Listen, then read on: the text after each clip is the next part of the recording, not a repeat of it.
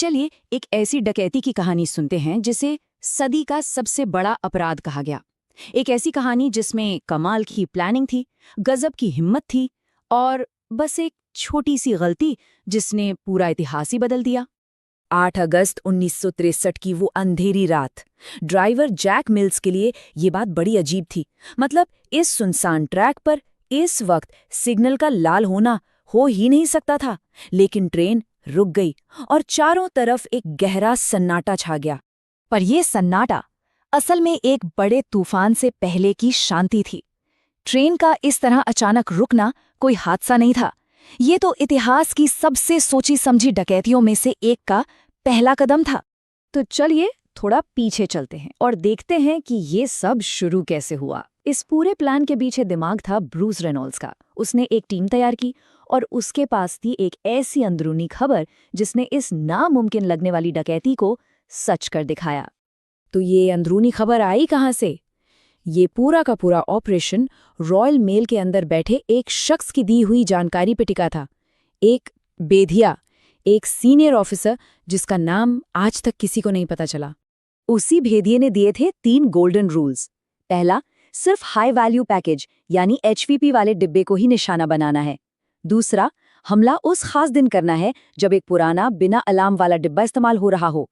और तीसरा, सबसे जरूरी, अटैक बैंक हॉलिडे के ठीक बाद करना है। क्यों? क्योंकि उस वक्त डिब्बे में आम दिनों से 10 गुना ज्यादा कैश होता था। इन 3 बातों ने मिलकर एक परफेक्ट मौका बना दिया था। और फिर वो रात आई। गैंग ने ट्रेन रोकी, ड्राइवर को जख्मी किया और फिर उसे मजबूर किया कि वो ट्रेन को आगे ले जाए। कहाँ तक? उनके घात लगाने की जगह तक, यानी ब्राइडगो ब्रिज तक। और बस वहां से उनका काम शुरू हुआ। पूरा खेल था सिर्फ 15 मिनट का। घड़ी की सुइयां तेजी से घूम रही थीं। 2 मिनट के अंदर HVP डिब्बा तोड़ दिया गया, स्टाफ को काबू में कर लिया गया। 5 मिनट होते होते उन्होंने एक ह्यूमन चेन बना ली। सोचिए, 2.5 टन कैश को ट्रक तक पहुंचाने के लिए। और ठीक 15 मिनट बाद पूरा गैंग पैसों के 120 बैग्स के साथ अंधेरे में गायब। तो कितना पैसा लूटा उन्होंने? उस रात उनके हाथ लगे थे 2.5 मिलियन पाउंड्स।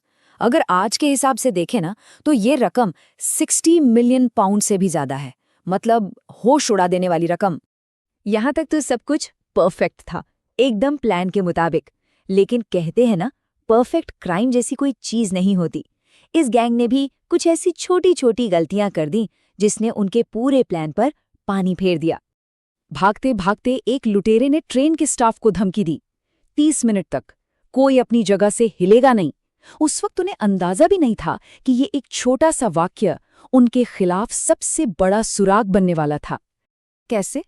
बड़ा आसान है।